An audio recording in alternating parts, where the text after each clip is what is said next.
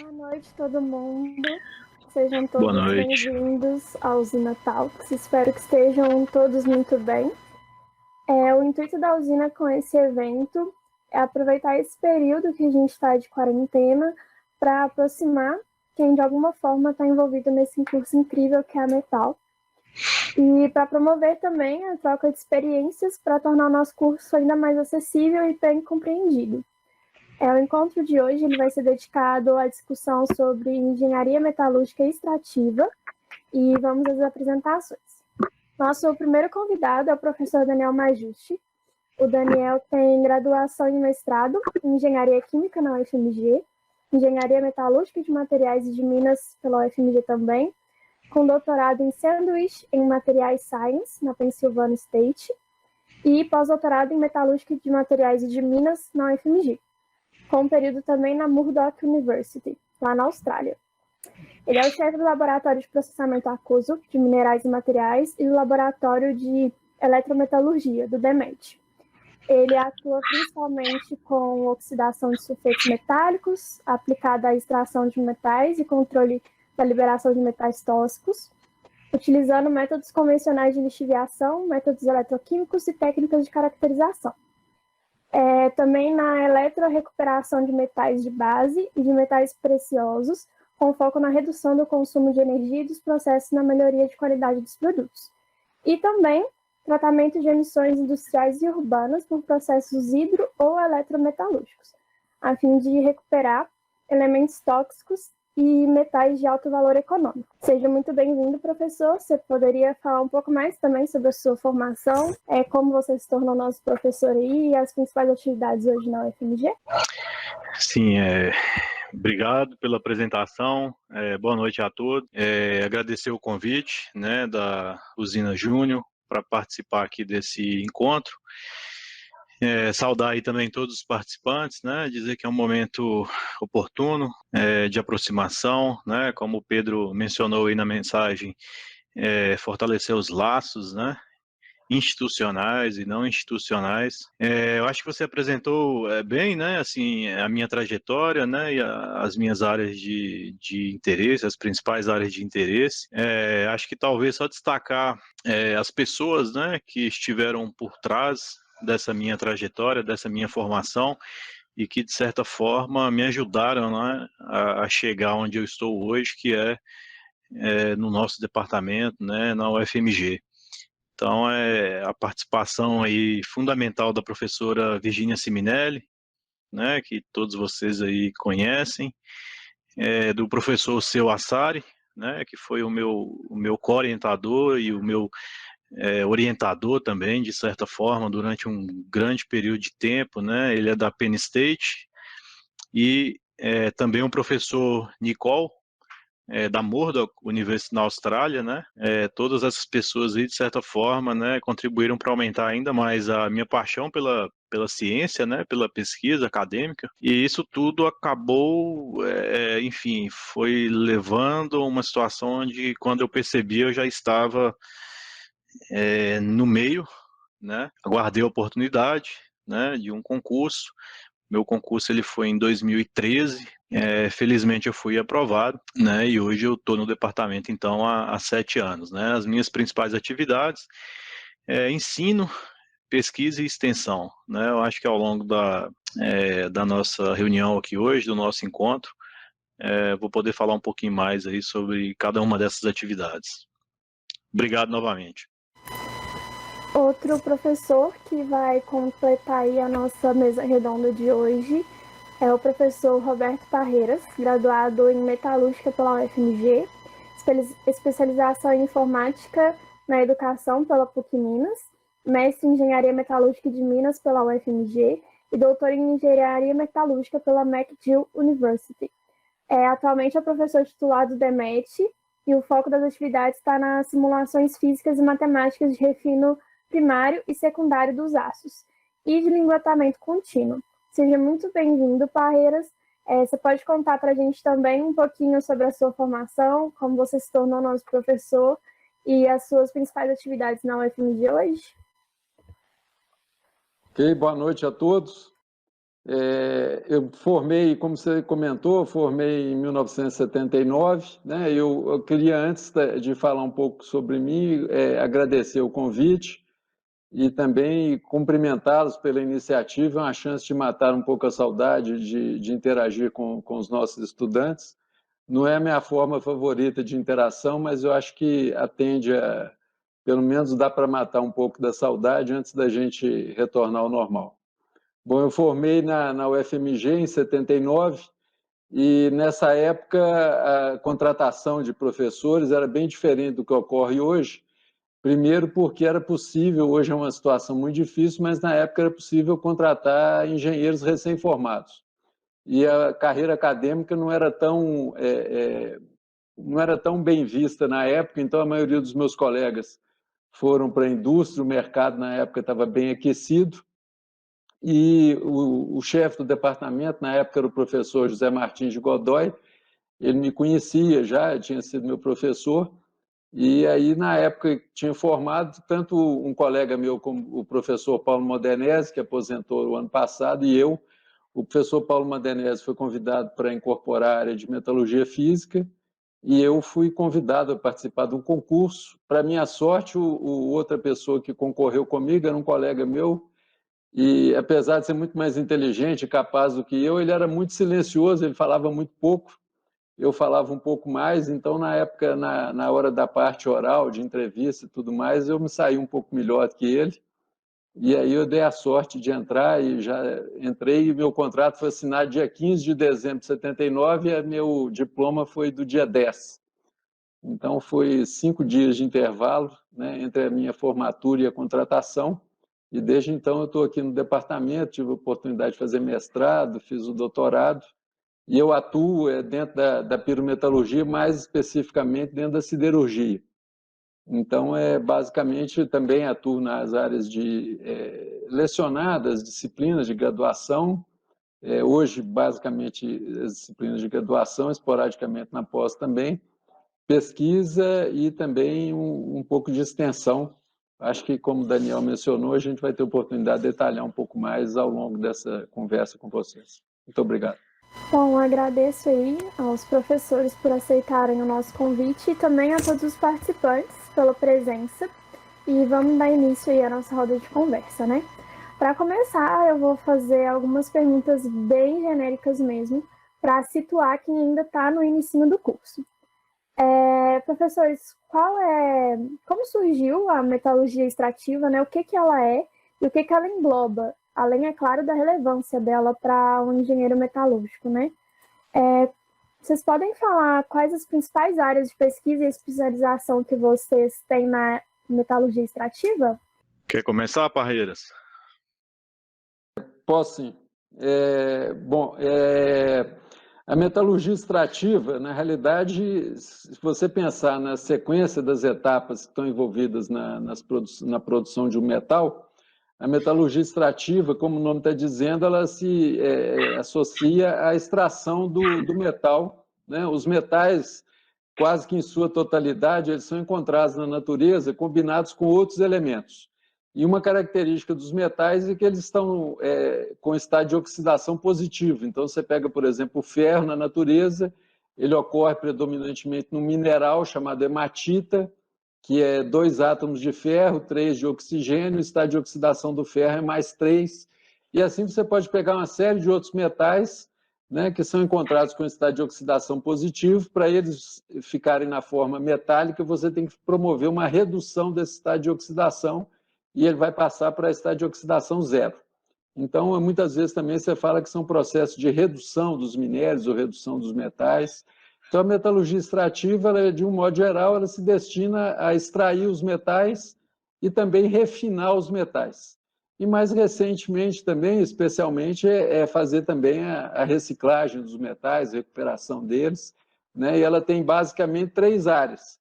A área de pirometalurgia, como o nome está dizendo, ela vai usar processos em altas temperaturas, utilização de combustíveis e também de energia elétrica com finalidade térmica, e as outras 2 áreas são a hidro e eletrometalurgia. Eu atuo na área de pirometalurgia, com foco maior, e eu vou, durante as conversas nossas e as questões, eu sou mais voltado para a parte de siderurgia, que aí é basicamente a metalurgia do ferro e de suas ligas. Então, ao longo desse tempo todo aqui na escola, dos 40 anos, eu migrei um pouco entre as diferentes áreas. Eu comecei trabalhando mais nos processos iniciais de produção, alto forno, processo de redução, e mais recentemente para a parte de refino primário, refino secundário dos aços, também ligotamento contínuo, como foi apresentado no início, e muito na área de simulação física e matemática desses processos, né, em interação aí com usinas também, para melhoria, aperfeiçoamento dos processos industriais mais voltados na área de siderurgia. Falar um pouco, então, bem, como o Parreira bem disse, né, essa seria, voltando lá na definição da área da metalurgia extrativa, é a definição clássica, né, obtenção de metais ou ligas a partir de minérios, né, ou de que é chamado do nosso recurso primário, disponível na crosta terrestre, né? Mas eu particularmente tenho trabalhado desde o início, né, com a definição mais moderna de metalurgia extrativa, que é aquela que considera não só a obtenção de metais ou ligas a partir de minérios, né, mas também a partir de fontes secundárias, né, a partir de resíduos e ou efluentes gerados nas indústrias, mas também gerados pela própria sociedade, né? Então, para aqueles que foram meus alunos, né, sabem que a gente aborda, né, de uma maneira bem abrangente, processos de recuperação de metais a partir de uma série de resíduos, sejam eles industriais ou urbanos, né? E é uma maneira como eu encaro, né, vários encaram, né, Brasil e mundo afora, essa nossa área atualmente. Parte da tua pergunta, né, quando surgiu a metalurgia extrativa? Eu confesso que eu fiquei curioso com isso, né, e hoje até busquei uma publicação, né, até vou compartilhar aqui bem rapidamente a minha tela. Eu achei uma publicação num journal de arqueologia de 2010, né, relativamente recente, onde ela está reportando, né, a identificação, né, ou seja, a descoberta de objetos de cobre fundidos há cerca de 7 mil anos atrás. Né? Então, eu acredito que esse é agora, né, o primeiro relato. Eu não estou conseguindo compartilhar aqui, embora está aqui para mim compartilhar, mas demora um pouquinho para entrar. Demora, né? Isso. Deixa eu tentar compartilhar uma janela, que eu acho que vai ficar mais fácil. Tá, então essa é uma publicação mais recente que eu encontrei, né, exatamente discutindo a origem da metalurgia extrativa, né, ou seja, a gente está falando de algo aí, né, bem antigo, né, pensando aí na época, nas eras do ferro, né, do bronze, do cobre e por aí vai. Com relação às linhas de pesquisa, né, eu gostaria de destacar a linha de pesquisa atual do nosso programa de pós-graduação nessa área, né, que hoje ela foi, digo ano passado, ela sofreu uma atualização. Ela atualmente chama metalurgia extrativa e meio ambiente, né, exatamente para que essas práticas, né, essas iniciativas voltadas ao tratamento de resíduos e efluentes fossem contempladas, né, e dentro dessa área, né, metalurgia extrativa e meio ambiente, então a gente tem algumas linhas de pesquisa, né, então tem a parte dos processos pirometalúrgicos, né, que bem contempla aí as linhas que o professor Parreiras mencionou, linhas também na área de hidrometalurgia, na área de eletrometalurgia, que são particularmente as linhas em que eu atuo, mas linhas também em caracterização, né, não só caracterização de minérios, de concentrados, né, com fins a facilitar a recuperação de metais, mas também caracterização de resíduos e emissões. Só finalizando, né, acrescentando lá nos diversos tipos de processos que integram, né, fazem parte da área de metalurgia extrativa, eu gostaria de adicionar a biometalurgia, né, que é uma área aí, que surgiu há 30 anos atrás, talvez, né, são as primeiras publicações, né, que é basicamente a utilização de micro-organismos, né, para promover reações de interesse, né. Então, tanto bactérias quanto fungos, né, são utilizados em alguns processos bem específicos, né, para favorecer algumas reações de extração de interesse, algumas reações de recuperação de interesse. É isso. Tá, e seu áudio tá cortado. Voltou o áudio? Sim, sim. Pode prosseguir. Desculpa, gente. Obrigada, professores. Outra pergunta nossa é quais as competências necessárias para atuar nessa área e quais disciplinas básicas e optativas são relevantes também? Pode começar agora, Daniel. Ok. Bem, eu acho que as habilidades, né, as competências, certamente, eu acredito, né, termodinâmica, né, físico-química, cinética, fenômenos de transporte, né, operações e processos, né, então são um conjunto de disciplinas, né, que de certa forma elas são fundamentais para que a gente consiga atuar bem nessa área, tá? Sobre as disciplinas, eu vou falar do meu lado, né?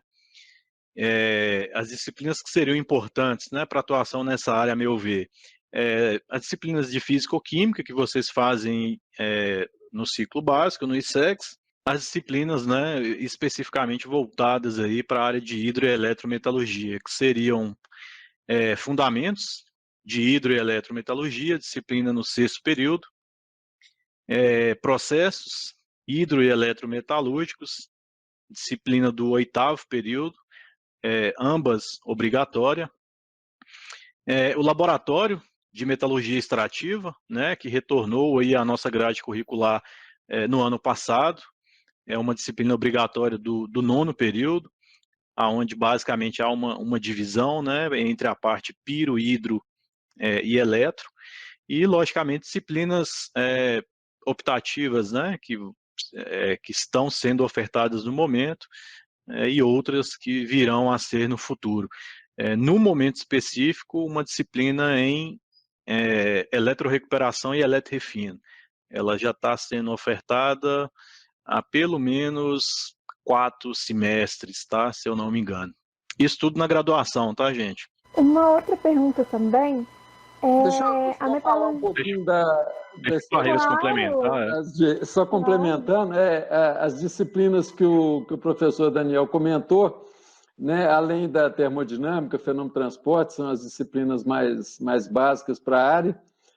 Tem as disciplinas, do caso dele, lá mais para hidroeletrometalurgia. A nossa tem as disciplinas de siderurgia, 1 e 2, né? Tem uma disciplina de pirometalurgia também, e tem as duas de siderurgia. E outra coisa que eu acho que é importante mencionar, né, é que, apesar de não ser diretamente ligada à metalurgia, mas se torna cada vez mais importante, principalmente para quem for trabalhar na indústria, disciplina relacionada com a parte de estatística, que são fundamentais, as disciplinas estatísticas são fundamentais na parte de controle de processo, identificação de desvios. Então, as usinas trabalham muito com estatística, apesar de não ser uma disciplina diretamente ligada à metalurgia. E disciplinas da área também de simulação.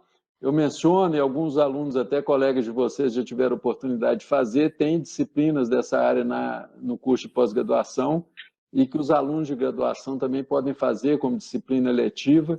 Eu acho que enriquece bastante a formação, e aí pensando no futuro, né, esses recursos de computação, estatística, eles estão sendo cada vez mais utilizados. A gente vê constantemente o pessoal falando em uso de robótica, inteligência artificial, indústria 4.0, que leva muito a esses aspectos também da parte de de controle de processo, uso de estatísticas, ferramentas de correlações. Então, pensando aí que vocês vão ter uma carreira aí pela frente de mais uns 80 anos até aposentar, então eu acho que é recomendável vocês focarem bastante nessa parte também. A nossa outra pergunta é: a metalurgia extrativa avança em função de fatores tecnológicos, econômicos e ambientais. Quais são as tendências atuais desse setor? Aproveitando que o Parreiras já falou um pouco, é claro, sobre a utilização de robótica aí nesse ramo. Pode começar, Parreiras. Eu tinha comentado das disciplinas, vocês também não chegaram a ouvir, não? Ficou em silêncio tudo? Não, ouvimos. Ah, tá. Não, foi só a parte final que eu comentei de estatística, eu acho que vocês chegaram a ouvir, né? Sim. Foi só a parte final de recursos de simulação e fazer cursos também, disciplinas da pós-graduação como eletivo. O meu comentário final foi que a perspectiva é que vocês vão se aposentar daqui a uns 80 anos aproximadamente. Então, para vocês pensarem muito nessas partes de simulação, inteligência artificial na formação de vocês, ok? Claro, o Majusti tinha falado para você responder a nossa outra pergunta também. Qual que era quais as tendências atuais para o avanço da extrativa em função de fatores tecnológicos, econômicos e ambientais? Bom, em termos de desenvolvimento tecnológico e desenvolvimento de processos de um modo geral, uma preocupação que existe atualmente, né? Eu vou falar mais voltado para a parte de siderurgia, que é a área que eu atuo, né? Mas uma das preocupações grandes aí das últimas décadas é a questão de emissões de carbono.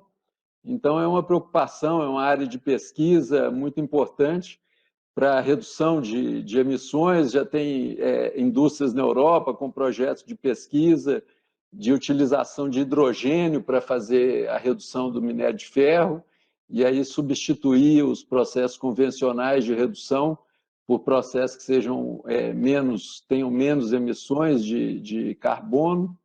Também fontes alternativas de energia, principalmente a parte de fontes renováveis, biomassa, também é uma área de pesquisa importante.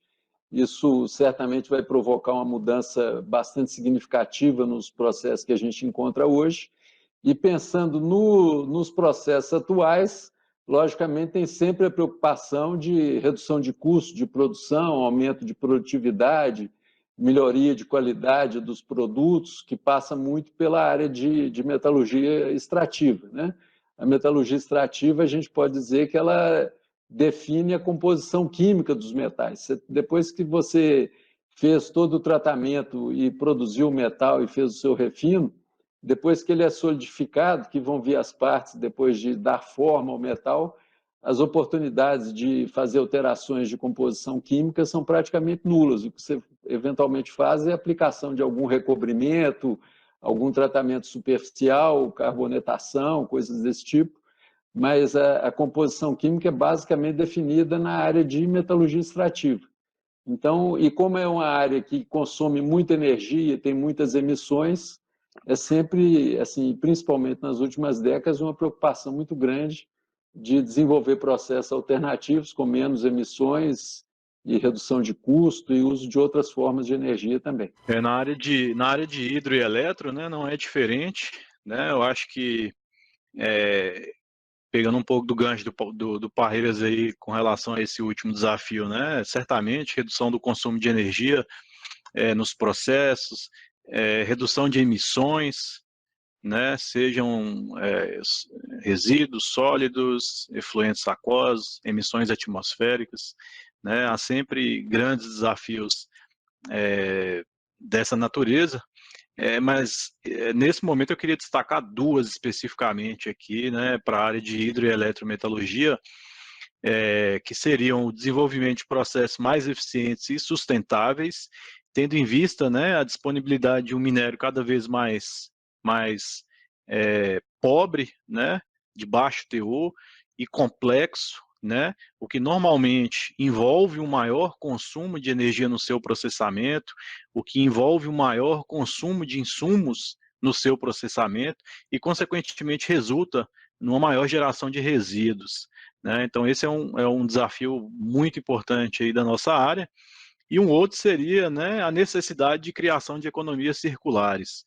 né, desenvolvimento de processos viáveis, né, para recuperar, né, metais, reciclar metais presentes em resíduos, né, sejam eles industriais ou urbanos, né, a gente percebe pela literatura, né, e pela vivência prática que há muitas tecnologias aí sendo discutidas, né, mas poucas apresentam viabilidade, né, poucas de fato a empresa, né, ou o empreendedor tem interesse ali de fato em fazer aquilo virar um produto, né? Então esse é um outro desafio importante aí dessa área. Linkando um pouco desses desafios que vocês comentaram, uma pergunta do nosso público. Na opinião dos professores Daniel e Parreiras, quais são os grandes desafios para a metalurgia extrativa no século XXI? Posso começar, Parreiras? Pode sim, Daniel. Tá.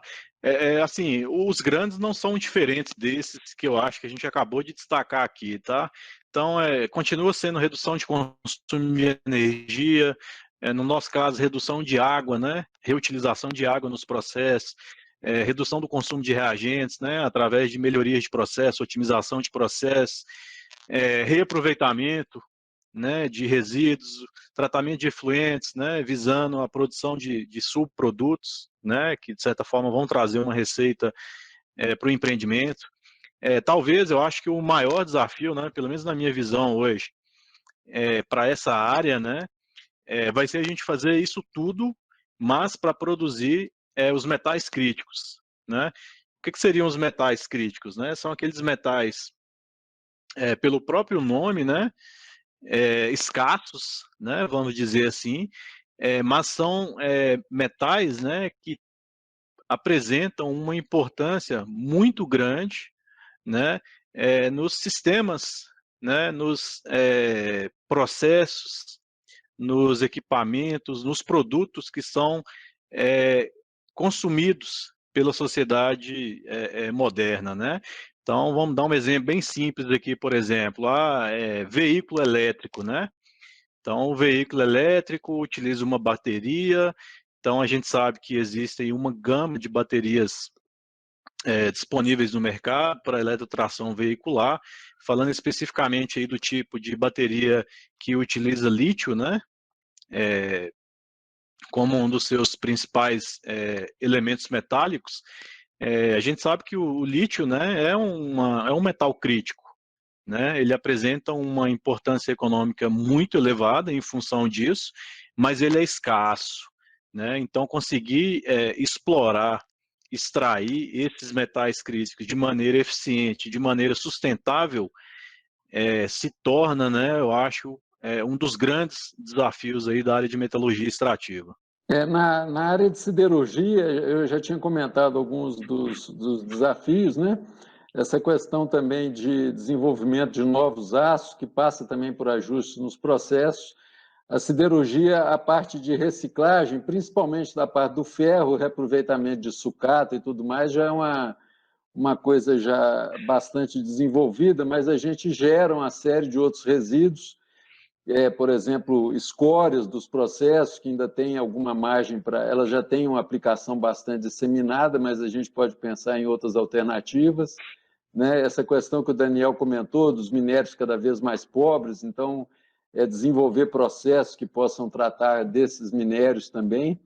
Então, eu acredito que, assim, nas próximas décadas, a gente deva ter alterações ainda significativas nos processos, principalmente na parte siderúrgica, olhando esses aspectos, o aspecto energético que a gente tinha comentado antes, né? Mas ainda tem muita margem de evolução, apesar da metalurgia, como vocês viram aí, ser uma coisa milenar, né? Ela já avançou bastante, mas ainda tem bastante coisa a ser feita, bastante melhoria a ser introduzida. Certamente, eu acredito, tenho certeza que vocês têm uma contribuição muito importante a dar aí na carreira de vocês, no sentido de tornar o processo produtivo de metais menos agressivo ao meio ambiente e que permita a gente utilizar da forma mais adequada possível os recursos naturais. Obrigada, professores. Mais uma pergunta, mais geral também.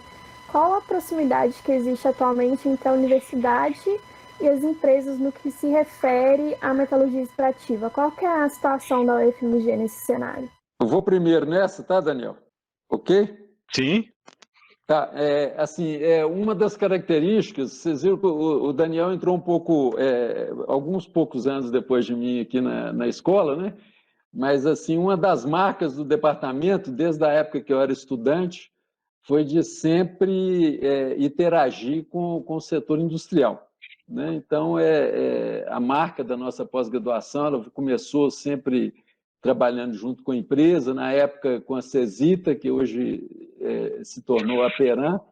Então, a marca do nosso departamento é essa interação com a indústria, e isso não mudou nesses 50 anos. Então, a gente tem diversas parcerias com o setor industrial.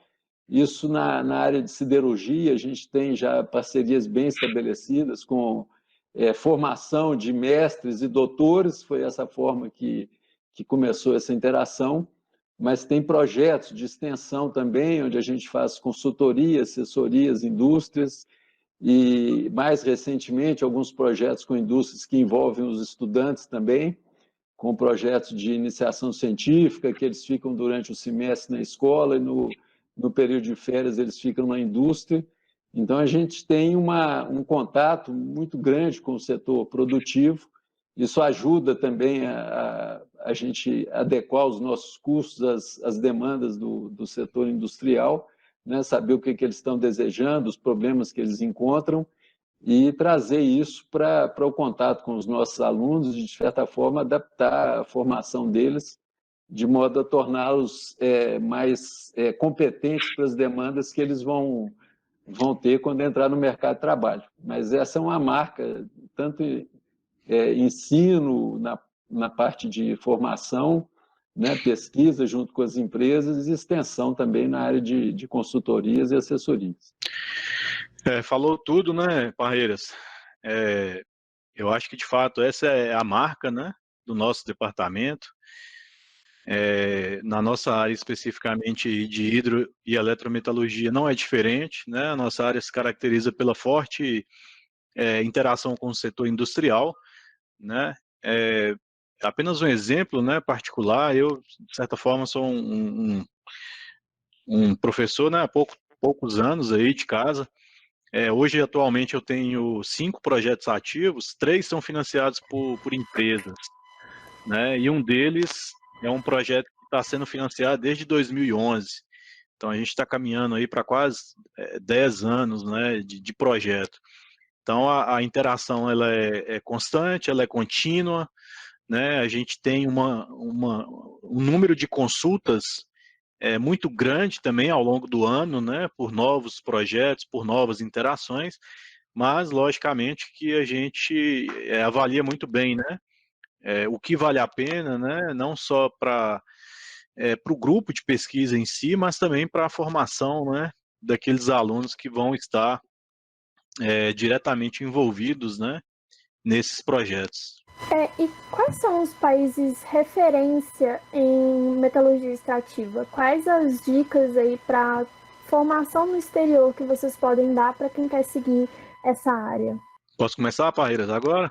Pode sim, claro. Tá, assim, logicamente que tem vários, né, grupos fazendo pesquisa nessa área e que ensinam essa área, né, pelo mundo afora, mas eu, particularmente, né, eu gostaria de destacar 3 países, né, Estados Unidos, Canadá e Austrália, né, e se fosse para sugerir, talvez, ou indicar, né, universidades, né, para a consolidação de conhecimento nessa área específica, na Austrália, a Murdoch e a Curtin.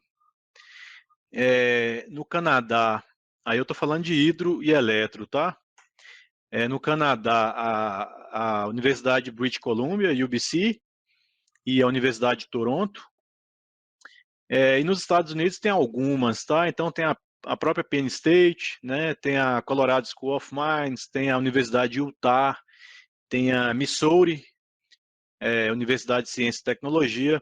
Então eu diria que os principais pesquisadores, né, eles estão localizados aí basicamente nesses 3 países? Bom, na área de siderurgia, assim, não tem um país que lidera. Se a gente for pensar em termos de indústria, certamente as indústrias mais avançadas no uso de tecnologias e de controles ainda são as indústrias japonesas, né? Mas aí pensando em universidades, tem assim alguns grupos em alguns países. Então, nos Estados Unidos, a Colorado também na área siderúrgica ela é forte, ela deu uma renovada lá na equipe, contratou alguns professores que estavam em outras universidades e deu uma fortalecida na equipe dela de siderurgia. Tem a Carnegie Mellon, que é uma universidade também bem ranqueada nos cursos de engenharia, tem um grupo lá no departamento de ciência dos materiais voltados também para a área siderúrgica, o professor Pistorius. Ele esteve até aqui no Brasil há 2 anos atrás, fazendo uma palestra lá no nosso departamento.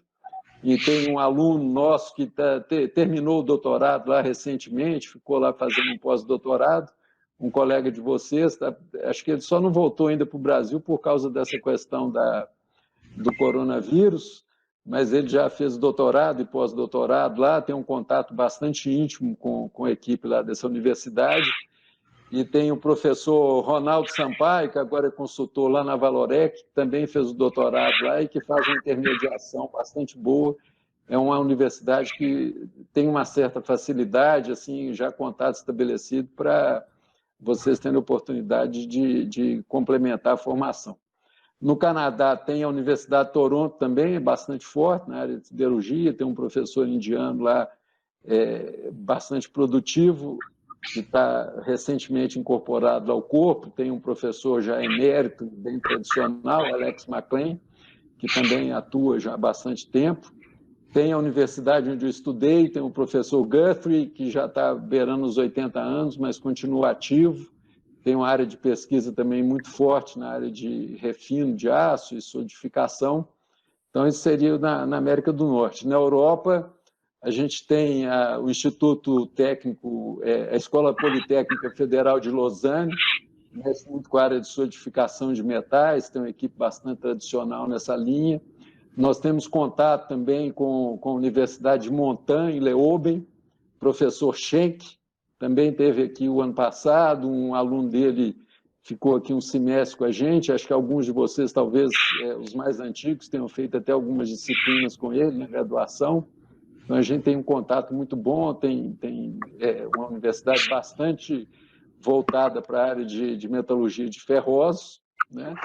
E na Ásia tem empresas, a Nippon Steel, que eles oferecem também possibilidade de estágios, tem a Universidade de Tohoku, também, que tem um grupo de pesquisa bastante forte.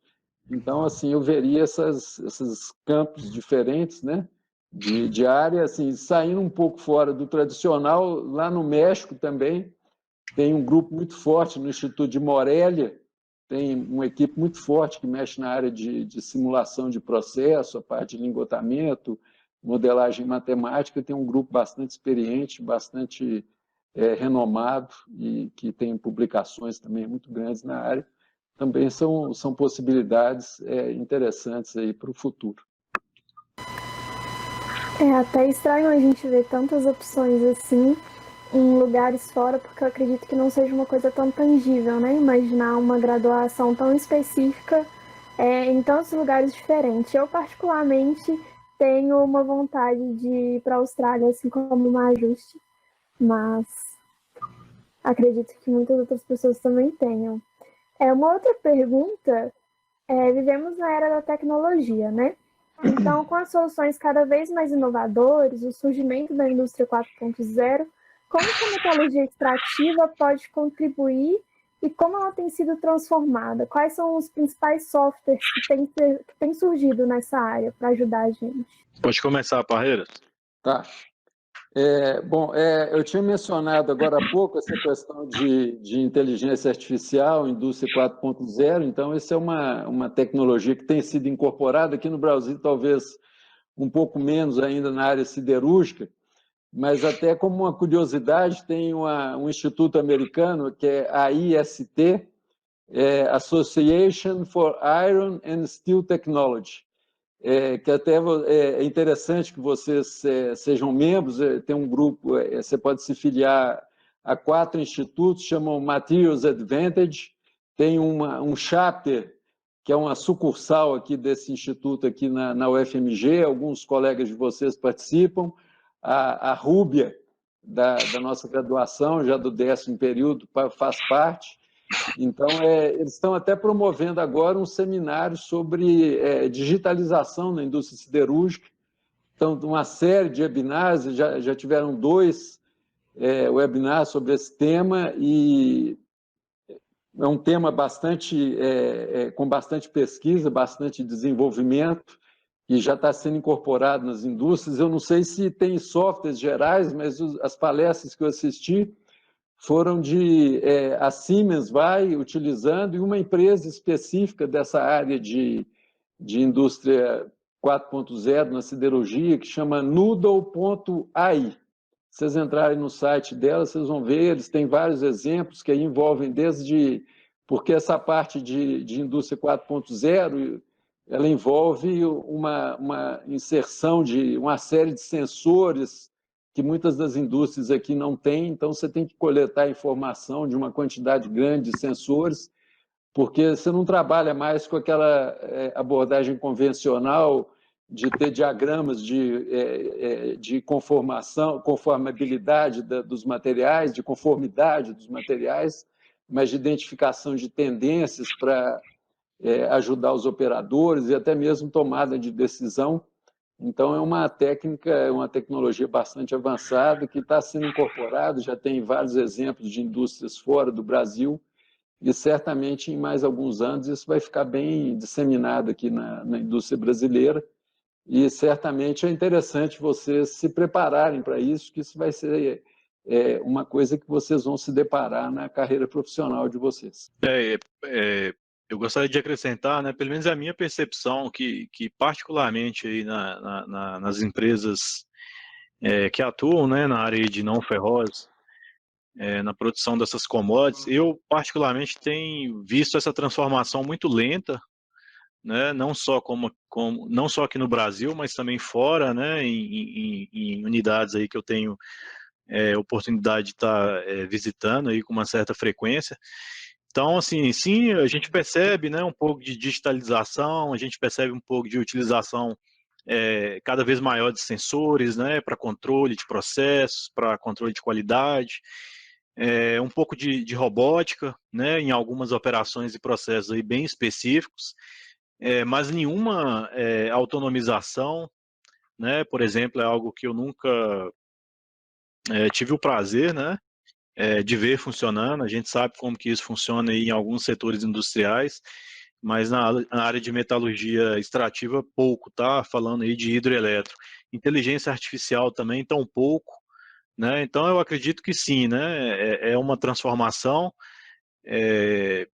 vocês certamente vão se deparar com ela aí num prazo de tempo relativamente curto, né? Eu não sei se na área específica de hidroeletrometalurgia a gente vai conseguir ver essa transformação aí tão rapidamente, né? Não sei. Como eu disse, pouca utilização ainda. Pelo menos é a minha percepção. Agora, umas perguntas mais específicas para os professores. Professor Majuste, a sua graduação em Engenharia Química e muitos alunos da metalúrgica já cogitaram o mesmo percurso, né, de ir para Engenharia Química. Você pode contar para a gente um pouco sobre como se aproximou da metalurgia e quais são as semelhanças e a diferença entre os dois cursos? Tá, eu vou tentar fazer uma comparação assim, com base na minha engenharia química, né, que eu fiz engenharia química na UFMG, né, e a gente sabe, né, de grades curriculares diferentes de acordo com a região, tá? Então, no caso específico da UFMG, o curso ele é uma formação mais generalista, né? O egresso ele tem a capacidade de atuar em diversos setores da indústria química, né? Então, vamos mencionar algumas coisas aqui, petroquímica, papel e celulose, alimentos, bebidas, né, produtos químicos, de certa forma. Se a gente conseguir pensar até um pouco de algo no setor farmacêutico, cosmético também, tá? Muito pouco em mineração, né? Muito pouco em metalurgia, né? O que seriam semelhanças e diferenças, né, com relação à nossa grade curricular? Eu acho que o ciclo básico ele é bem semelhante, né? Tem algumas disciplinas específicas de química, né? Que no caso da engenharia metalúrgica, essas disciplinas não estão presentes na grade, né? Caso de Química Orgânica 1, Química Orgânica 2, Química Analítica 1, Química Analítica 2 e por aí vai. No ciclo profissional tem também uma série de semelhanças, né? Disciplinas fundamentais, termodinâmica, cinética, na engenharia química cinética um pouco mais forte, né? Com a parte de cálculo de reatores, os fenômenos de transporte, né? Mas também, novamente, vistos de uma maneira, eu diria, mais generalista, tá? Não tão específica para os processos praticados na indústria metalúrgica. E o que talvez me fez aproximar um pouco da área de metalurgia extrativa, né, da indústria metalúrgica, de certa forma, foram, acho que, duas disciplinas, né? Uma disciplina que a gente tem lá no oitavo, não sei se continua no oitavo período, que chama Operações Unitárias B, né, onde a gente, na época, via algo em torno 5 ou 6 operações unitárias, e duas operações, né, uma era lixiviação e a outra era extração de solvente, né? Então foram operações que na época eu me interessei bastante por elas. E no nono período, nono e décimo, a gente faz uma disciplina que chama Laboratório de Operações e Processos, LOP, né? Onde é basicamente um trabalho experimental feito em grupo, né? Então a gente recebe um desafio. No nosso caso, né, o nosso desafio era extrair zinco de pilhas alcalinas descarregadas, né? Então a gente trabalhou com processos hidrometalúrgicos. Então a gente lixiviou esse material, a gente caracterizou muito bem essa pilha, né? Eu me lembro. A gente lixiviou esse material, estudamos lá, né, o efeito das variáveis operacionais típicas, né, tanto no percentual de extração do metal de interesse, quanto na taxa de extração desse metal, seletividade, né, e na sequência a gente aplicou um processo bem simples de precipitação, né, para remover o zinco daquela solução ácida, né, que havia sido gerada. Então, eu acho que esse foi o meu contato, né, com esses processos tão aplicados, né, e característicos aí da indústria metalúrgica. Não estou te ouvindo. Uma outra pergunta é se você poderia falar um pouco mais sobre o projeto de eletrorrecuperação de metais de base preciosos, que tem a sua coordenação e a importância dessa prática sustentável na nossa área. Tá, bem, esse projeto, né, é um projeto, eu diria assim, muito interessante, né, e talvez um divisor de águas aí na minha carreira e na minha formação. É um projeto coordenado por uma agência australiana, né, que basicamente ela faz o link entre a universidade, as universidades e as empresas, né, em prol, né, de temas de interesse do setor mineral, né? Então, assim, esse projeto a gente foi convidado, eu e a professora Virgínia, para apresentar uma proposta para participar desse projeto. Isso foi em 2011, né? Eu ainda era recém-doutor, estava começando o meu pós-doutorado. A gente se preparou muito bem, né? Fomos apresentar isso. Essa apresentação ela foi em Santiago, do Chile. A gente apresentou muito bem, a gente entrou para o projeto, tá? Como você mencionou, eletrorecuperação de metais de base e metais preciosos, né? Atualmente, basicamente esse projeto ele é organizado em módulos, né, de 3 anos. A cada 3 anos se definem novos objetivos, novas metas. Então, basicamente, zinco, cobre, níquel, um pouco de ouro. nesse momento agora, muito zinco e cobre, tá? Então, os objetivos, eles são muito definidos, né, de acordo com o interesse de quem financia. Então, quando eu entrei nesse projeto em 2011, haviam 14 empresas financiadoras, né? Atualmente são 6, se eu não me engano, 6 ou 7. Né? Então, depende muito da questão do mercado, né? E eu acredito que isso vai ficar até um pouco mais difícil aí nos próximos anos, né? Em função da crise econômica que está por vir. Então, é um projeto bem interessante, né? Cujo objetivo principal é basicamente reduzir consumo de energia nos processos, né? Dado grande consumo de energia em alguns processos específicos. E aí as ações são várias, né, para que a gente consiga reduzir consumo de energia, mas também fazendo isso sem comprometer qualidade de produto. Né? Então a gente precisa garantir a produção de uma commodity com pureza de acordo com especificações técnicas, né, comerciais, material com propriedade mecânica adequada, né, porque ele vai ser submetido a um esforço ao final do processo de eletrorrecuperação. Então, esses seriam os principais objetivos, né, e dentro desses principais objetivos, certamente há diversas linhas de pesquisa em andamento e outras que já foram desenvolvidas aí nos últimos anos, né, e sempre em parceria com as empresas, né, são as empresas trazendo as demandas, trazendo os desafios, e a gente tentando avançar o conhecimento, né, entregar soluções práticas, né, produzir conhecimento e por aí vai. Uma pergunta agora para o professor Parreiras. O senhor já comentou com a gente que a sua formação foi em 79, né? E a maior parte da sua carreira você dedicou em formar novos engenheiros. Qual que era o perfil do engenheiro formado na década de 90 e como que esse perfil tem mudado ao longo do tempo? Qual que é o perfil que hoje é exigido? Houve uma mudança muito grande ao longo dos anos, né? Essas mudanças, elas são, à medida que a gente vai acompanhando assim, semestre a semestre, elas são relativamente pequenas, mas se a gente pegar ao longo de um período maior, a gente vê a diferença significativa que ocorreu.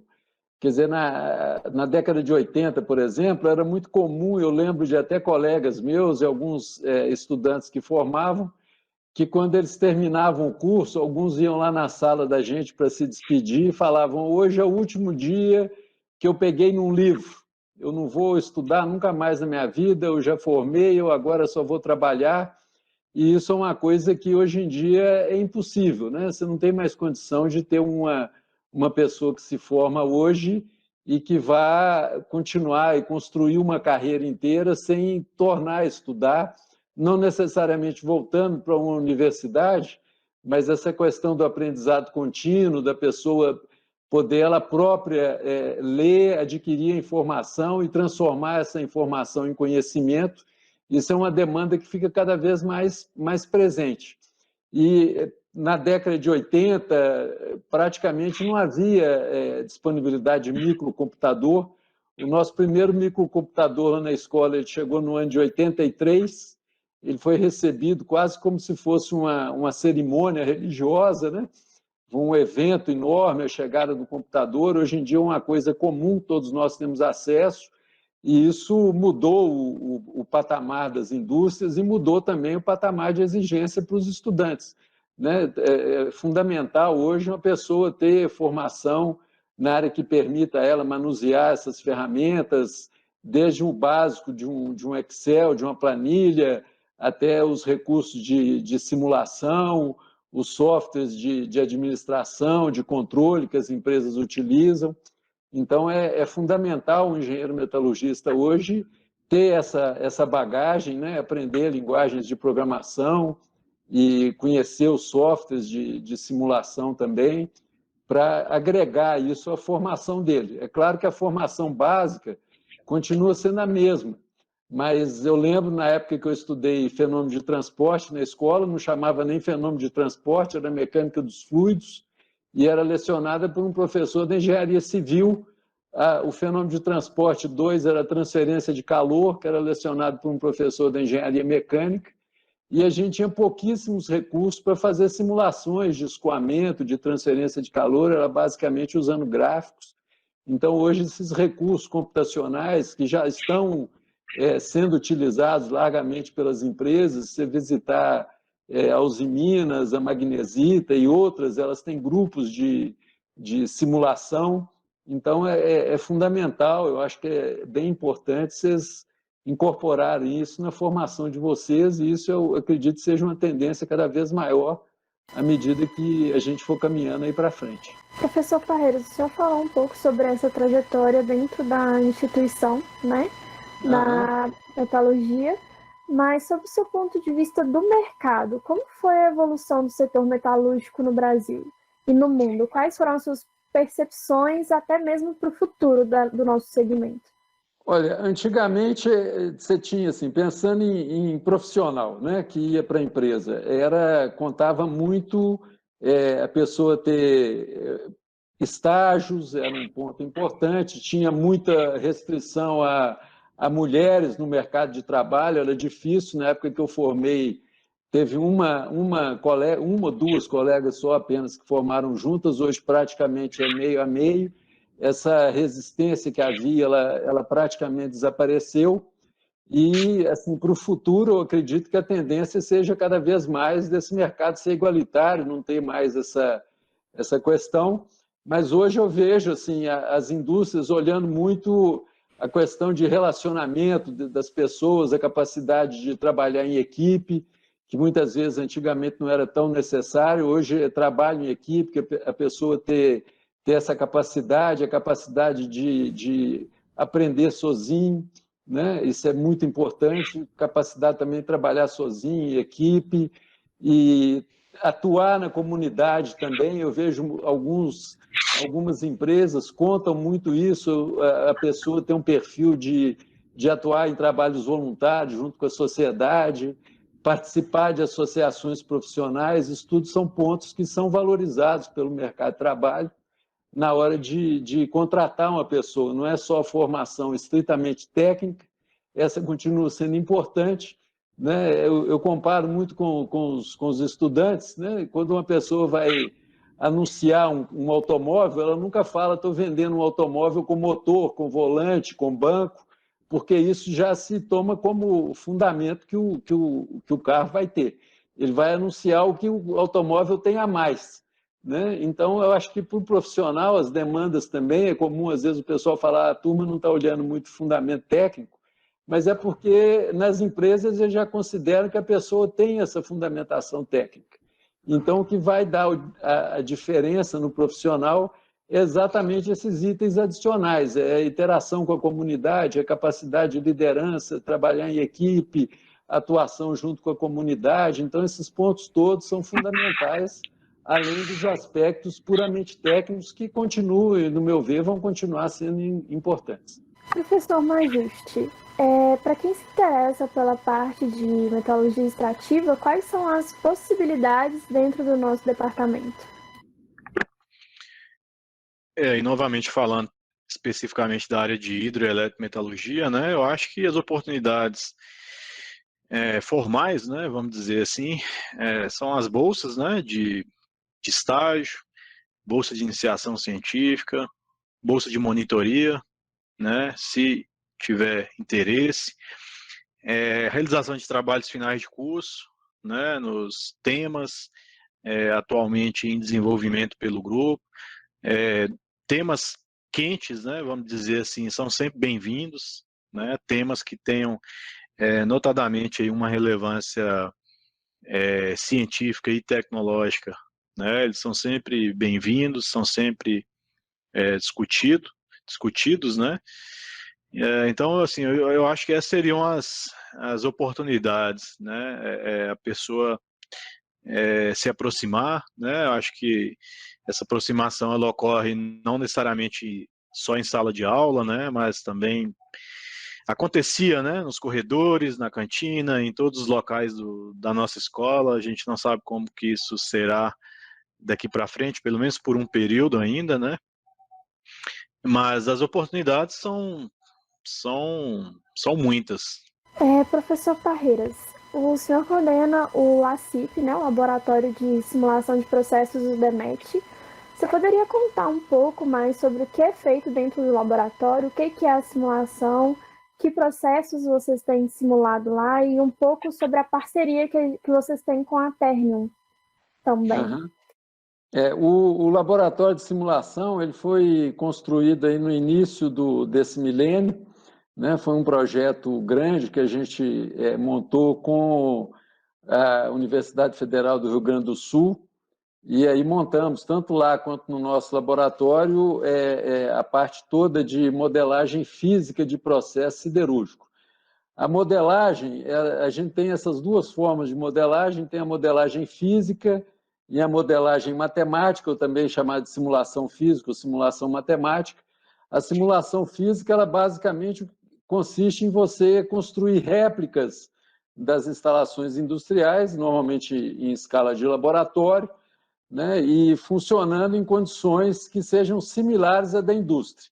Quando eu falo similares, elas vão ter que respeitar alguns critérios que a teoria estabelece que a gente deve seguir para poder pegar os resultados de laboratório e aplicá-los na indústria. São chamados critérios de similaridade.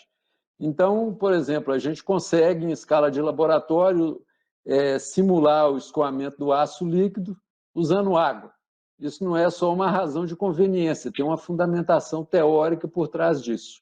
Então, a gente tem réplicas de instalações industriais, desde a parte de refino do ferro gusa, nós temos um processo que é chamado processo KR, de dessulfuração de ferro gusa, nós temos uma réplica dele em escala de laboratório, e a posteriori nós temos o processo primário de fabricação do aço.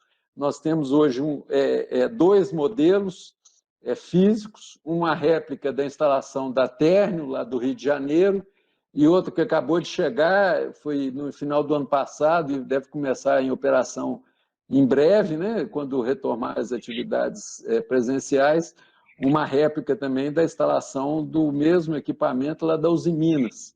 Então, é o reator convertedor LD, ou BOF, que é usado para a produção primária de aço.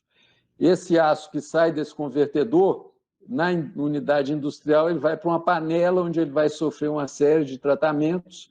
A panela é um recipiente de grandes dimensões, carcaça metálica revestida de refratário, e se assemelha a um copo, né? Mas com dimensões, logicamente, bem maiores. A gente também tem réplicas de panelas das indústrias para também fazer estudos de modelagem física, simulação de injeção de gases, efeito de mistura, simulação das reações químicas que ocorrem. Depois nós temos, quando o aço é tratado e a composição química dele já definida, ele é transferido para a unidade de lingotamento contínuo, e inicialmente ele vai para um recipiente chamado distribuidor, que vai alimentar os moldes que vão iniciar o processo de solidificação. Então, a gente tem modelo físico também de distribuidor, temos modelo físico de molde. Então, praticamente, desde a parte de refino do ferro gusa até a solidificação, a gente tem toda essa parte montada no laboratório e preparada para fazer ensaios, né? E com estudantes desenvolvendo esses ensaios, alguns trabalhando como estagiários no período de férias na usina e no período do semestre trabalham como bolsistas de iniciação científica, mas continuam recebendo a bolsa de estagiário da empresa.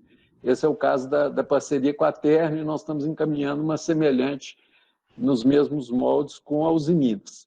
E, em paralelo, também, nós temos toda a parte de simulação matemática, onde a gente simula também, basicamente, esses mesmos processos.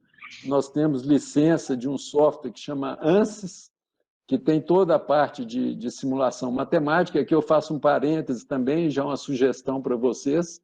Esse ANSYS, ele tem no site deles uma versão estudantil, que todos vocês podem fazer o download dela, uma versão completa, com todos os recursos do que a gente paga. Ele só tem uma limitação do tamanho da simulação, mas os recursos do software são basicamente os mesmos, então é um recurso de aprendizado é muito importante, porque é o software líder dessa área de simulação. Então, nós temos licenças no laboratório, temos um outro laboratório só específico para essa parte de simulação matemática, desses mesmos processos, e trabalhamos nessas duas linhas. Essa parceria que você mencionou da Ternio, ela já ocorreu aí, já começou, acredito que tenha sido em 2016, e isso sempre começa com um ex-aluno que formou aqui na escola e que tem boas lembranças, e quando ele entra no mercado de trabalho e tem alguma ascendência lá na empresa, ele consegue angariar lá a simpatia do pessoal para desenvolver trabalhos com a gente. Então, teve um estudante chamado Daniel Coutinho, que ele trabalha lá na Ternio, lá no Rio de Janeiro, ele já tem um cargo mais elevado. Então, ele iniciou essa parceria com a gente, também intermediado por um outro estudante que formou, fez mestrado, doutorado no departamento, que é o engenheiro Breno Totti Maia, trabalha hoje na Lumar, mas trabalhou na Gerdau há muitos anos, e é um grande entusiasta lá do laboratório, traz muito projeto lá para o laboratório também. Então, começou com esse contato, começou inicialmente só com o modelo físico do BOF. Nós já estamos na terceira ou quarta geração de estudantes que participaram desse projeto. Começaram inicialmente com 3 estudantes, foi subindo números, hoje nós temos 8 estudantes, sendo 6 da engenharia metalúrgica, colegas de vocês, e 2 da automação e controle, porque o pessoal da Ternio viu a relevância de ter pessoas formadas nessa área e ajudar na parte experimental, ter toda essa parte de controle e automação dos experimentos. E a perspectiva, nós já estamos na fase final de assinatura de um contrato, que era para ter sido assinado esse semestre, mas devido às condições atuais foi postergado, mas deve ser tudo formalizado até julho, de um projeto maior, com agora um aporte maior de recursos, para a gente modernizar o laboratório, introduzir mais recursos computacionais, mais modelos físicos e ampliar a linha nossa de atuação. A ideia que o Daniel tem, e a nossa também, é de ter um laboratório de referência nessa parte de simulação física e simulação matemática, mas sempre voltado também, sempre pensando não só em atender uma demanda da empresa, mas também de formar estudantes que possam se inserir no mercado de trabalho com bastante facilidade. A Ternio mesmo já chegou a contratar, já teve 2 estudantes que participaram desse projeto e que foram incorporados ao grupo de trabalho, aos funcionários lá da Ternio, e rapidamente eles já se incorporaram à empresa, já começaram a dar resultado. Atualmente tem uma colega de vocês, a Raíssa, que participa lá ativamente, já está trabalhando lá no Rio de Janeiro, e os estudantes também que têm participado do programa, eles passam um período de férias na usina, desenvolvendo projetos de interesse da empresa. Esses projetos são indicados pelos profissionais da Ternio, e durante o semestre letivo eles retornam para a escola para desenvolver o projeto deles de iniciação científica. E eu posso dizer que os resultados têm sido, tanto para a empresa, quanto para nós, quanto para vocês, estudantes, têm sido bastante bons, tem tido uma repercussão bastante boa na empresa, com possibilidade da gente ampliar isso para outras empresas também em breve. Agora vamos a algumas perguntas do público. Quem tiver alguma pergunta para fazer que não fez ainda, o link para poder perguntar está aí no chat do grupo. Se vocês entrarem e verem alguma pergunta interessante também, vocês podem curtir lá, para a gente ver que é uma pergunta realmente que merece ser feita, tá bom, gente? Primeira pergunta. A metalurgia extrativa é a vertente da área que mais agrega financeiramente na indústria? Bom, eu vou falar para a siderurgia, né? A siderurgia, ela incorpora muito custo, mas a questão de dar valor para o produto é muito ligado na área final, na área de metalurgia física, a parte de conformação, que é normalmente onde você vai definir a estrutura, vai definir as propriedades dos metais, né? Então, a área mais voltada para a parte de metalurgia física é onde o pessoal desenvolve os novos aços com limites de resistência maiores, que vão permitir a gente reduzir o custo de produção, né? Desculpa, que vão permitir elevar o valor agregado dos materiais, mas a parte de produção, que é a parte de metalurgia extrativa, no caso da indústria siderúrgica, é a que representa a maior incorporação de custo, né? Então, você vê, por exemplo, um aço, o custo dele é em torno de 40%, 50% dele é energia, sendo que uma boa parte dessa energia foi consumida nos processos de extração e refino. Então, é uma dupla. A gente trabalha procurando reduzir custo e a turma da metalurgia física trabalha, junto com a conformação, em desenvolver novos aços que vão ter um valor maior no mercado, com propriedades melhores, para você reduzir necessidade ou reduzir peso, por exemplo. Quando você fala em automóvel elétrico, é fundamental você ter carros cada vez mais leves, e nisso o aço ele tem um potencial de uso muito grande, porque ele combina custo e a qualidade dos aços. Se você fizer um acompanhamento aí dos últimos 10, 20 anos, a gente vê que é quase que 80% dos aços que são usados hoje, eles provavelmente foram desenvolvidos nos últimos 10 anos. Então, é uma área que tem sempre muito desenvolvimento, mas a metalurgia extrativa, especificamente na siderurgia, é uma área determinante para o custo. Quando a gente está pensando em reduzir custo de produção, um dos focos importantes é a área de extração e refino dos metais. Tá, acho que o Parreira foi perfeito aí nas suas colocações, né? Eu só queria complementar, acho que no caso dos metais de base, né? Eu acho que seria de fato e tudo associado, né, com a questão do aço, mas quando a gente pensa talvez em algumas commodities de altíssimo valor, né? De fato aí o impacto, né, econômico da atividade, né, ele é maior do processo extrativo, né, não necessariamente tendo a necessidade de se fazer valor agregado na indústria de transformação. Então, eu estou falando, por exemplo, aí da produção de, vamos mencionar um qualquer aqui, cobalto, né? O cobalto vale 50 a 60 mil dólares a tonelada, né? Então é um metal que já tem aí um valor altíssimo, né? E ele não precisa ser transformado, né? Ele para que ele, né, ele continue tendo esse valor e essas diferentes aplicações desse elemento. Então, para alguns casos específicos, né, os metais eles já terão um valor agregado muito alto, que vai certamente compensar os custos do processo extrativo. É o caso do ouro, de certa forma, né, um custo altíssimo de extração, de beneficiamento, um teor muito, muito, muito reduzido na natureza, né, mas mesmo assim o processo se paga, né, o processo é viável, exatamente pelo valor desse bem, né, pelo valor dessa commodity. Então, na área de não ferrosa, em algumas situações sim, outras não, né?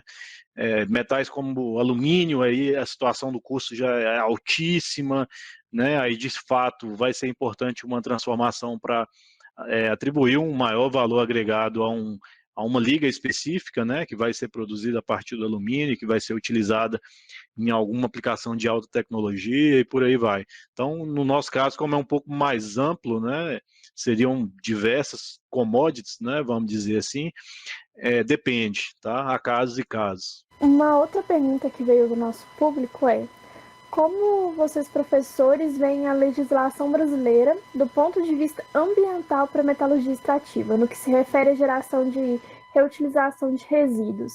Ela se equipara à legislação aplicada em países de primeiro mundo? Daniel, pode começar se você quiser. Geração de resíduos, geração ou tratar? Reutilização de resíduos. Pois não necessariamente. Acho que legislação, a gente não tem uma legislação que obriga reutilizar, né? A gente tem controle de geração, padrões de emissão muito bem definidos. Eu acredito que quase sempre essas nossas legislações elas são cópias, né, de alguns países desenvolvidos que fizeram essas legislações no passado. O grande problema nosso é a falta de fiscalização, né? É um número talvez aí muito grande de empresas, né, para serem fiscalizadas e um número muito pequeno de pessoas, né, para fazer essa fiscalização, esse acompanhamento. Agora, se a pergunta está falando aí para legislação para promover a reutilização, a reciclagem, eu acho que eu não sei se eu estou falando bobeira, mas a gente não tem lei que fala que tem que reciclar. Tem algumas iniciativas recentes, por exemplo, aí na área de resíduos eletrônicos, né? Legislações não nacionais, mas da Comunidade Europeia, por exemplo, que obrigam o fabricante, né, a ter uma corresponsabilidade, né? Ele precisa investir em sistemas de coleta desse material, de armazenamento, investir em empresas que vão fazer um tratamento adequado, né, que vão conseguir de fato ali reciclar algum metal ou alguns materiais presentes nesse resíduo. Agora, especificamente de legislações que obrigam, né, a reciclagem, a recuperação, eu confesso que eu não conheço, ou então não estou me recordando agora. Eu acho que isso são iniciativas, né, que surgem, não só iniciativas governamentais, né, através dos projetos, dos editais, das chamadas, mas também muito interesse de empreendedores, né, dos próprios fabricantes que querem encontrar reutilização para determinado resíduo, né, após o fim da sua vida útil, tá? Então, eu acho que seria acho que seriam duas coisas diferentes, né? A legislação para controlar a geração, para monitorar a geração, para fiscalizar a destinação, isso é uma coisa, e a legislação para incentivar, para obrigar, né, o tratamento ou uma recuperação, eu acho que não. Na área siderúrgica, a parte de emissões, ela tem legislação, mas, assim, por exemplo, você comparar com exigências que existem, por exemplo, nas siderúrgicas europeias, japonesas, lá as restrições são mais severas do que as daqui do Brasil. Você nota, por exemplo, questão de as usinas a coque aqui no Brasil, elas precisam de uma instalação chamada coqueria, que faz a transformação do carvão mineral em coque, que é o combustível que se usa nos altos fornos. E durante esse processo existe uma quantidade muito grande de emissões gasosas, líquidas, que na Europa você tem uma legislação muito mais severa. Então, uma pessoa hoje, uma indústria, para construir uma coqueria na Europa que satisfaça a legislação ambiental lá, é uma instalação de altíssimo custo. Então, é um dos fatores que tem motivado o pessoal a desenvolver até essas formas alternativas de redução para minimizar o uso de coque, né? Porque é um combustível fóssil e a produção dele gera uma quantidade de resíduos muito grande. Então, aqui no Brasil tem legislação que controla, que procura estabelecer limites, né? Mas é sempre questionável a questão de fiscalização. Eu lembro, por exemplo, questão de carvão vegetal, que temos indústrias que utilizam carvão vegetal, certamente a fiscalização nos anos 80, início dos anos 90, era mais severa do que a gente tem hoje. Então, antigamente, você tinha legislação obrigando as indústrias a satisfazerem índices de reflorestamento para a produção de carvão vegetal, e hoje isso era fiscalizado. Isso hoje, assim, até onde eu sei, a fiscalização é muito pouco intensa, então permite ainda utilização de mata nativa para a produção de carvão, né? E assim, a parte de reciclagem, ela vai muito por interesse econômico, né? Por exemplo, reaproveitamento de sucata é interessante. Você vai produzir aço através de sucata, o custo de produção cai bastante, as emissões são muito menores. Aproveitamento de escória também, ela é interessante porque é um resíduo inerente ao processo.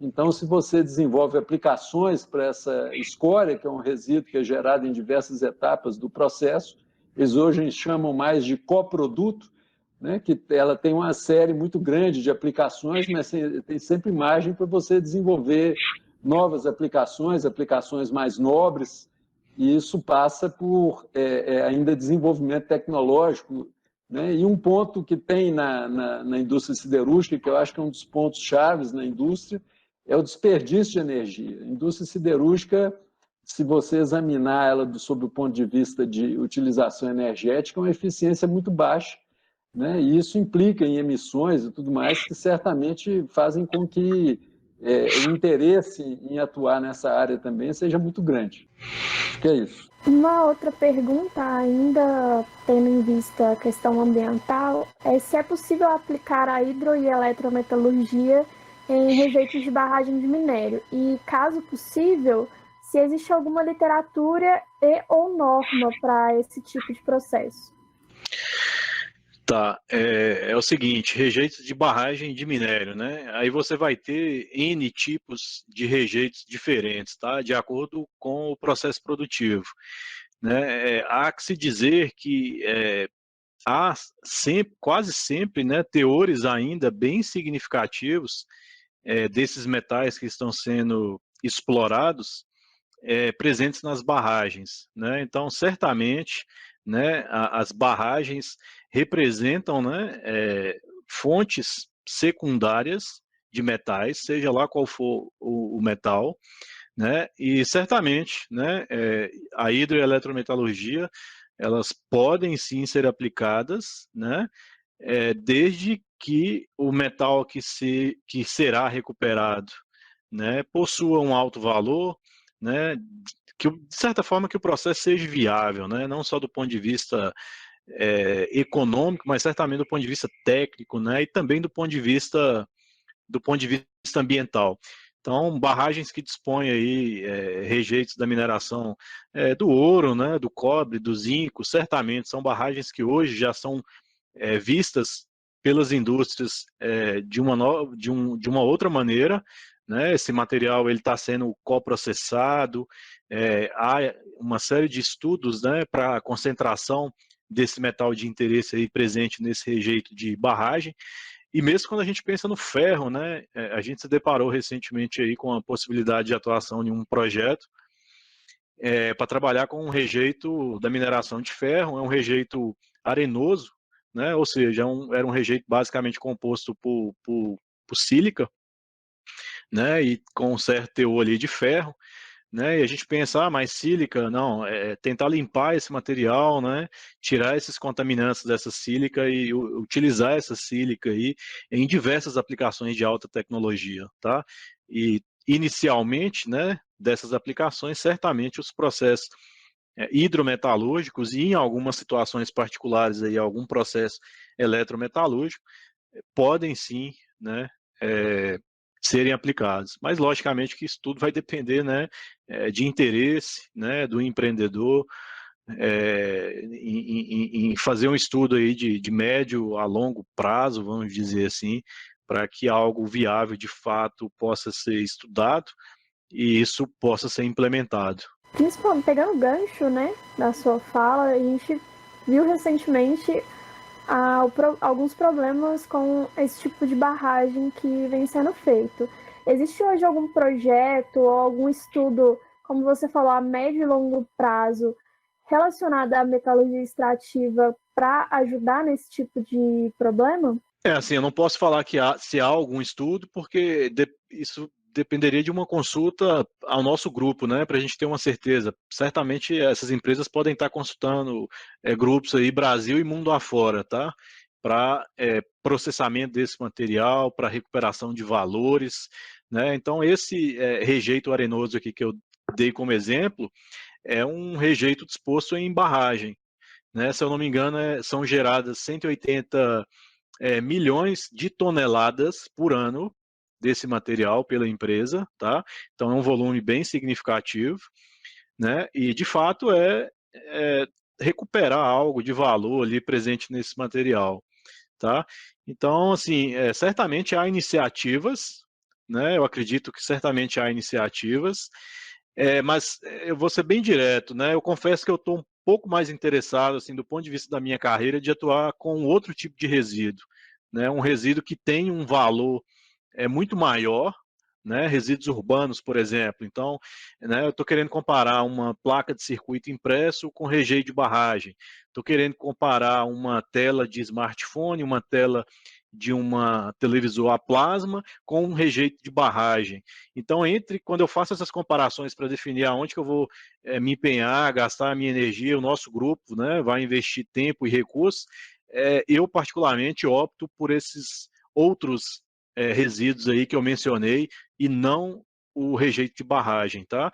Então, certamente há grupos, né, trabalhando com esse material e buscando certamente N possibilidade de tratamento, né? Mas esse resíduo específico ele não tem sido foco de pesquisas do nosso grupo.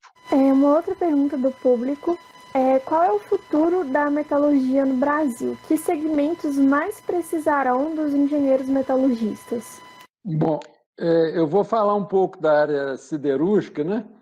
Eu lembro sempre um professor antigo aqui do departamento, o professor Evandro Mirra, que ele falava que é muito difícil a gente fazer previsão, né? É claro que o que eu tenho observado ao longo dos anos é que essa questão de oportunidades de trabalho ela é sempre cíclica. A gente passa por períodos de maior demanda, períodos de menor demanda, como está ocorrendo agora, mas certamente a gente produz materiais que eles são essenciais à vida humana. Se vocês fizerem um retrospecto hoje do dia de vocês, vocês vão ver que certamente lidaram com metais praticamente o dia todo, né? Muitas vezes nem percebendo que estavam fazendo isso, mas desde o momento que a gente acorda até o momento que a gente deita, nós estamos o tempo todo lidando com metais. Então, a necessidade de ter processos produtivos e de demanda de engenheiros, eu acredito que ela vai ocorrer. A área siderúrgica ela é um pouco mais complexa, porque, no caso aí, a China, por exemplo, ela implantou uma indústria siderúrgica muito forte, com um volume de produção que hoje está acima da demanda mundial. Então, a gente tem uma superprodução, o consumo está retraído, então isso cria dificuldade para as indústrias e aqui, por exemplo, pensando especificamente no Brasil, a parte de infraestrutura e tudo mais está bem limitada. Mas o que a gente vê, todos os economistas, eu tenho acompanhado bastante aí programas que o pessoal comenta sobre qual que é a rota para sair dessa situação, e aí certamente o que todos eles concordam é que vai ter que ter um investimento, principalmente do Estado, em infraestrutura, construção de ferrovias, construção de rodovias e tudo mais, e a parte de agricultura, e tudo isso aí, tudo vai fazer com que a demanda por aço cresça, né? Isso foi o caso, por exemplo, no ano anterior que eu formei, em 78, o pessoal que estava formando, eles já eram contratados pelas indústrias antes de formar. As indústrias já iam na escola e contratavam e começavam até a pagar salário para os estudantes que ainda não eram formados, pagavam bolsas e tudo mais para garantir que quando eles formassem, eles iriam trabalhar nessas indústrias. Mas foi uma época de construção de usinas hidrelétricas, de implantação de crescimento rodoviário e tudo mais, que demandou muito da indústria de pesada, indústria de máquinas. Então, aqui no Brasil, por exemplo, a indústria petrolífera está bem reduzida, a construção de navios, isso tudo parou em vários locais. No início do ano passado, eu estive lá em Recife, tinha um estaleiro lá que tinha parado, tinha demitido 3 mil funcionários. Então, essa situação, eu acredito e espero que isso vai se reverter, eu não sei com que velocidade, né? Mas eu tenho muita confiança que isso tudo é cíclico. Então, o que a gente pode fazer é aproveitar esse momento para melhorar a formação, expandir a formação, não ficar já procurando... Isso é uma sugestão minha, né? Definir áreas antes de formar. Eu, por exemplo, eu caminhei para a área administrativa por uma conjunção lá do momento, que foi a vaga que abriu no departamento. Eu não tinha nenhuma vontade específica de atuar nessa área. Eu gostava da metalurgia de uma forma geral. Então, eu acho que é bom vocês terem abertas todas as possibilidades. Os engenheiros metalurgistas, eu vejo muito, eu acompanho pelo LinkedIn, fico sempre acompanhando aí as novidades, aí eu vejo alguns engenheiros trabalhando em bancos, trabalhando em firmas de investimento. O engenheiro é um profissional que tem aplicações, tem mercado para ele em várias áreas. Apesar de vocês formarem em engenharia metalúrgica, não limitem a pensar que vocês necessariamente vão ter que trabalhar com metalurgia.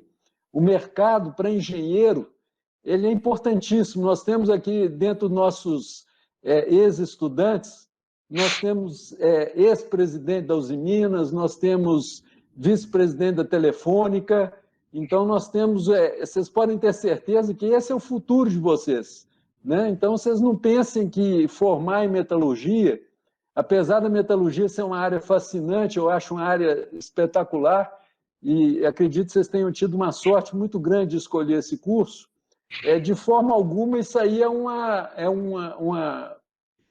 um atestado que vocês vão necessariamente trabalhar nisso. Vocês podem trabalhar em outras áreas, vocês podem trabalhar na metalurgia, vocês podem trabalhar fora do Brasil. Cada dia mais eu vejo estudantes nossos, ex-alunos, ex-profissionais aqui que eu conheci aqui no mercado brasileiro, que hoje estão em indústrias na Europa. Nós temos alunos nossos que estão trabalhando na Arcelor, né, que foram incorporados a essas empresas nos últimos 10 anos, que frequentemente abrem oportunidades para vocês irem fazer estágio lá. Então, encarem esse momento, essa situação atual como passageira, né? Isso vai mudar, eu só não posso garantir em quanto tempo, mas isso vai mudar. Vocês são jovens, vocês têm muito tempo, né? Então, perseverança, paciência, que eu tenho confiança que essa situação vai melhorar, que vocês vão ter uma atividade aí, qualquer que seja a área que vocês venham atuar. A metalurgia permite que vocês trabalhem num sem número de opções de trabalho. Então, o futuro de vocês, eu tenho confiança que vai ser brilhante. Acho que é isso que eu tinha a comentar sobre isso, sobre esse aspecto que vocês me questionaram. Mais uma pergunta que veio do nosso público. O professor Majusti falou de resíduos urbanos. Quais são as utilizações desse resíduo? Quais os objetivos e processos? Tá, vamos lá. Quais são as reutilizações desses resíduos, né? Na verdade, quais são as alternativas de tratamento desses resíduos e quais são esses resíduos, né? Acho que, como eu mencionei, são materiais no final da sua vida útil, né? Eu mencionei alguns, né? Placa de circuito impresso de computador, telas, bateria de telefone celular, tá? São resíduos aí que são muito estudados, lâmpadas fluorescentes, lâmpadas LED, vários tipos de dispositivos eletrônicos, né? Equipamentos periféricos, componentes eletrônicos aí de diversos tipos de equipamentos, catalisadores automotivos também, tá? Então, ou seja, tem uma série de resíduos aí dito urbanos, né? E quais são os processos? Depende, né? Tudo depende da matéria-prima, né? Que matéria-prima é essa? Né? Qual que é a composição dessa matéria-prima? Como ela vai ser preparada? Quais são as etapas preliminares, né? Para a obtenção daquilo que de fato te interessa, né? Você vai trabalhar com desmantelamento manual para chegar lá no componente, na peça, no dispositivo específico que você tem interesse para recuperar algo, ou não, ou você vai moer e depois de moer você vai concentrar, né, esse material de maneira física. E aí depois vão vir os processos químicos, né? Então, lixiviação pode ser, né? Algum processo realizado em temperatura elevada pode ser, né? Como que a gente vai tratar essas soluções depois, na sequência, né?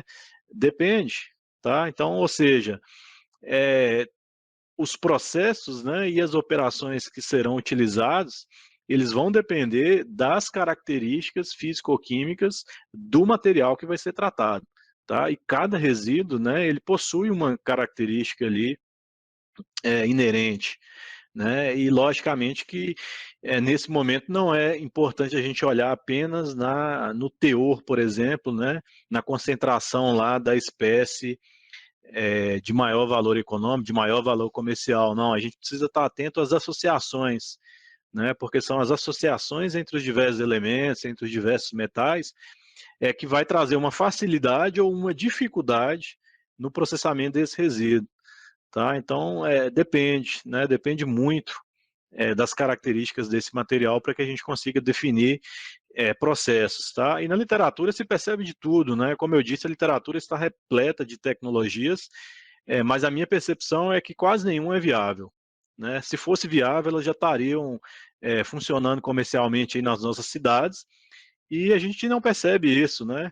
Eu, por exemplo, não sei de nenhuma empresa no Brasil que recupera metais, por exemplo, de placa de circuito impresso, né? Eu não conheço uma empresa no Brasil que recupera lítio, por exemplo, de bateria de telefone celular, tá? Então, ou seja, as tecnologias estão aí na literatura, né? Mas elas precisam ser viáveis, né? E para que a gente chegue nessa viabilidade, esse conhecimento, né, que vocês recebem aí, né, no curso de vocês, é fundamental, né, para que a gente defina muito bem, né, os passos, as etapas, para literalmente, né, fazer um desenho adequado, né, de um fluxograma de processo, desenvolver bem esse processo, otimizar bem esse processo, trabalhar com as variáveis corretas, né, com os parâmetros corretos, para que assim a gente consiga, né, de fato, lançar uma tecnologia aí no mercado. Gente, vamos fechar aqui o espaço para perguntas, que a gente já está há bastante tempo.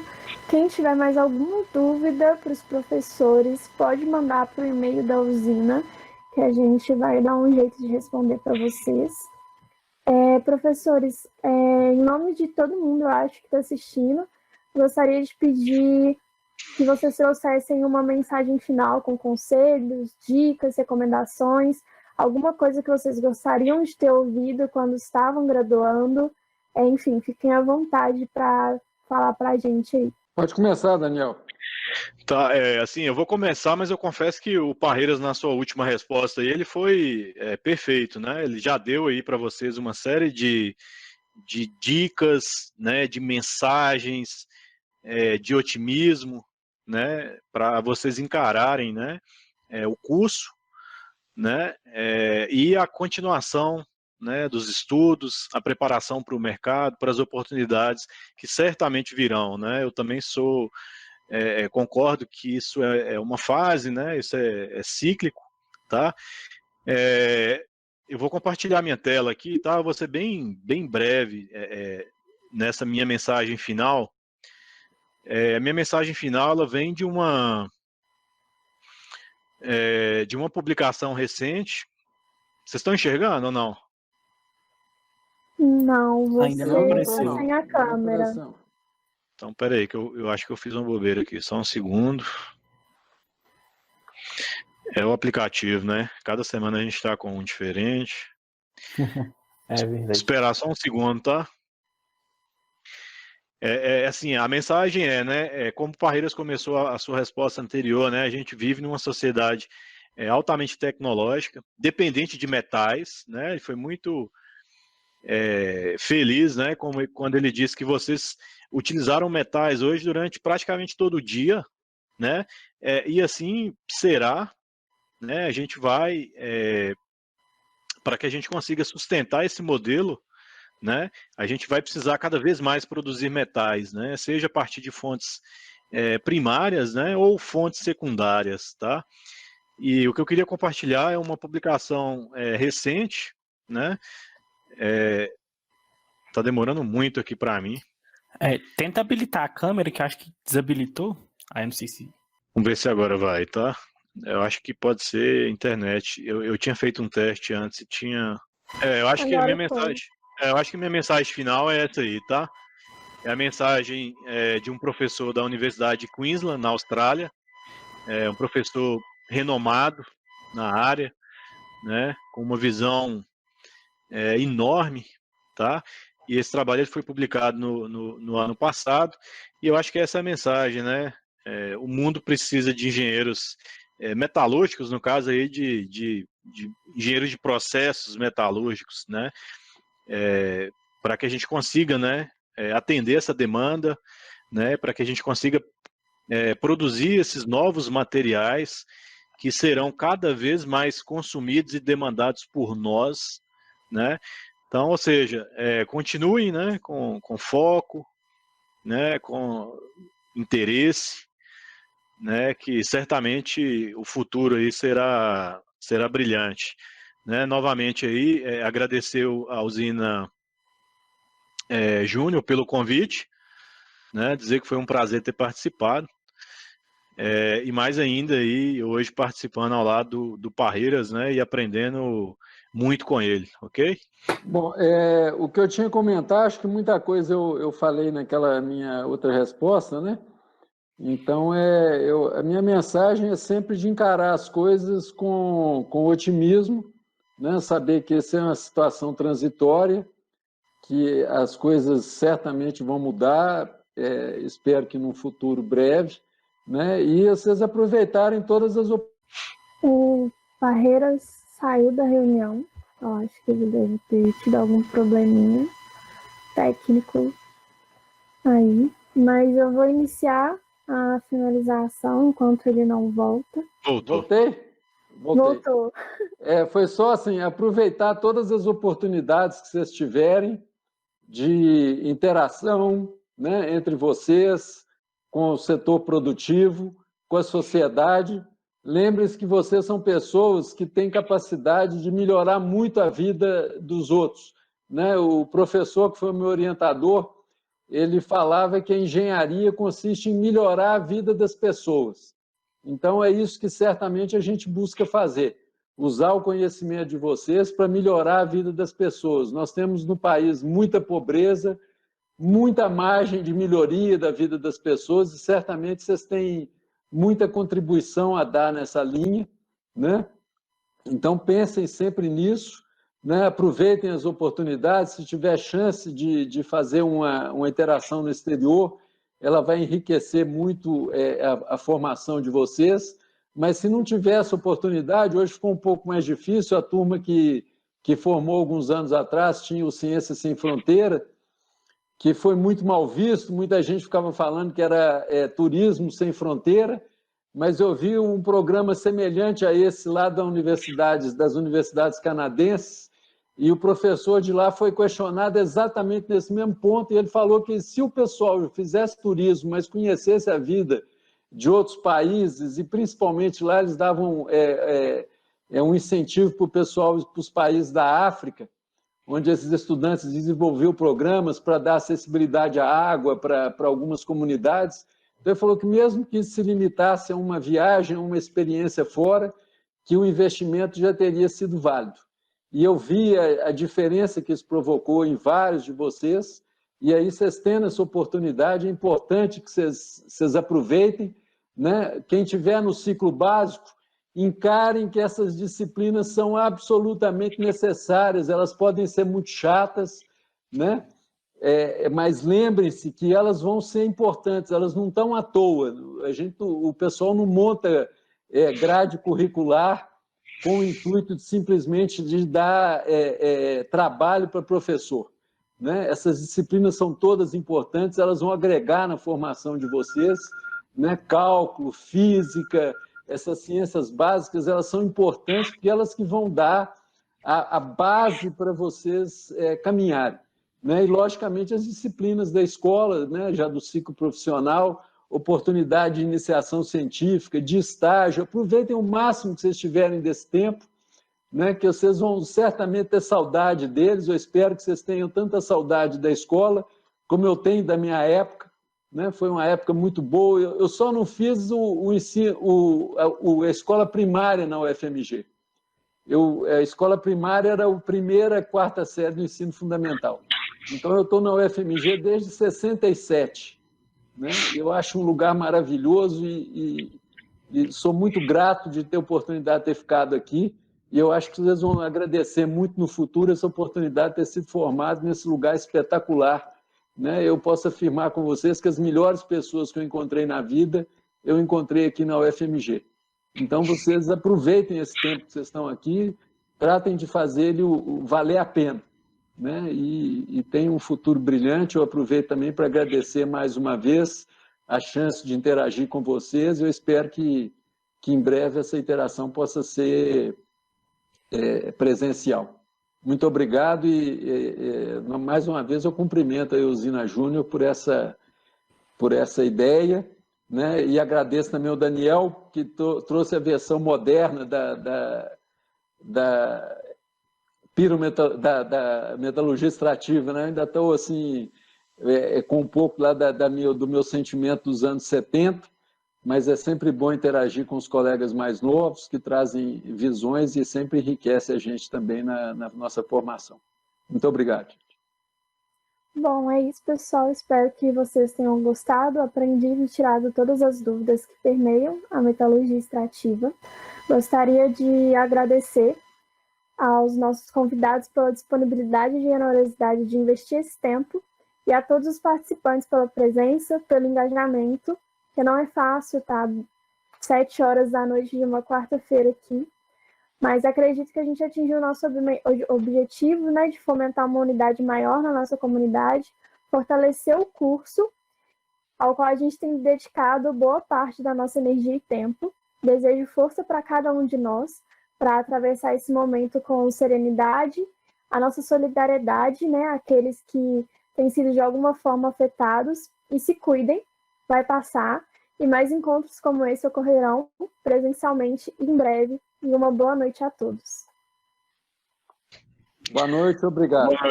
Boa noite, obrigado.